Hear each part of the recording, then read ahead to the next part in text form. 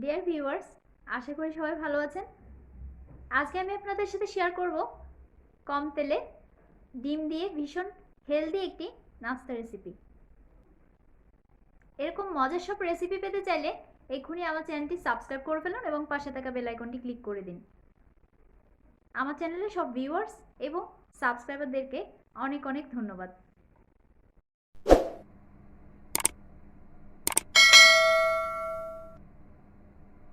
আমি মেজারমেন্ট কাপে মেপে নিয়ে নিচ্ছি 2 কাপ ময়দা। অ্যাড করে দিচ্ছি হাফ চা চামচ লবণ, 1 চা চামচ চিনি, 1 চা চামচ ইস্ট, 2 টেবিল চামচ কুকিং অয়েল। এবার শুকনো উপকরণগুলো তেলের সাথে খুব ভালোভাবে মাখিয়ে নিচ্ছি। মেশানো হয়ে গেছে। এবার আগে থেকে ফেটিয়ে রাখা একটি ডিম দিয়ে দিচ্ছি। এবার খুব ভালোভাবে মিশিয়ে নিচ্ছি। এবার অল্প অল্প করে কুসুম গরম দুধ দিয়ে একটি ডো তৈরি করে নেব।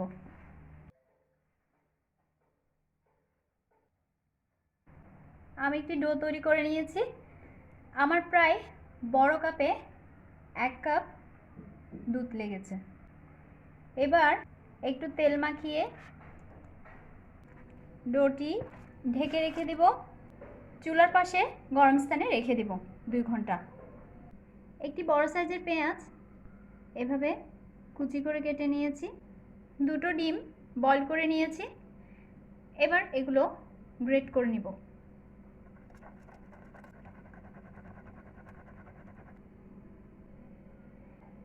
এবার অ্যাড করে দিচ্ছি 2টো কাঁচামরিচ কুচি, 1 টেবিল চামচ ধনেপাতা কুচি,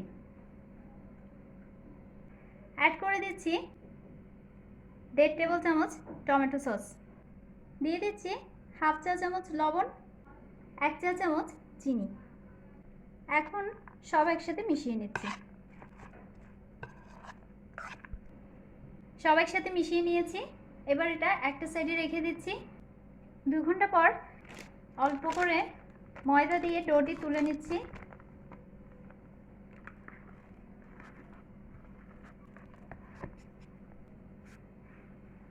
আমি কিছু ময়দা ছিটিয়ে ডোটিকে সেট করে নিচ্ছি।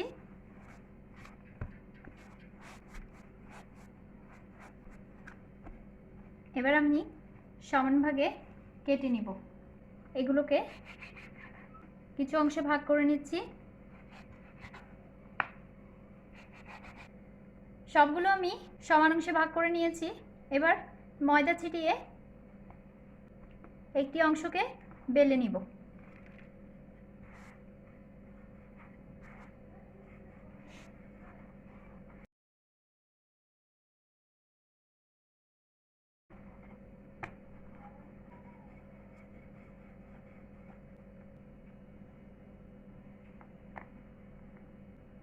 আমি একটি ছোট রুটির মতো তৈরি করে নিয়েছি।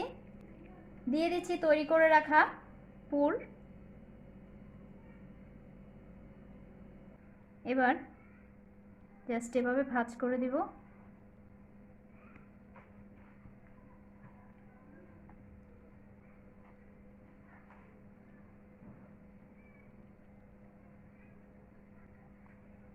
এভাবে আমি সবগুলো তৈরি করে নিচ্ছি। এবার আমি এগুলো ফ্রাই করে নেব। একটি ফ্রাই প্যান প্রিহিট করে নিয়েছি। খুব কম তেল দিয়ে গরম করে নিয়েছি। এখন এগুলো স্ন্যাক্সগুলো আমি দিয়ে দিচ্ছি।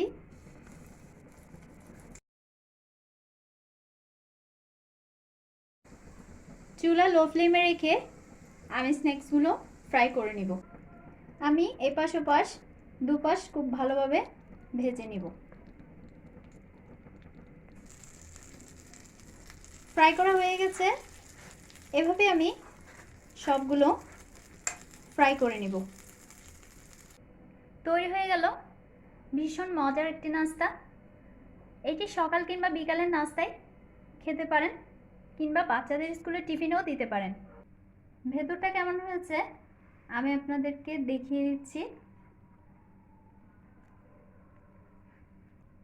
দেখুন কতটা সুন্দর হয়েছে। আশা করি রেসিপিটি আপনাদের ভালো লাগবে। সবাইকে ধন্যবাদ।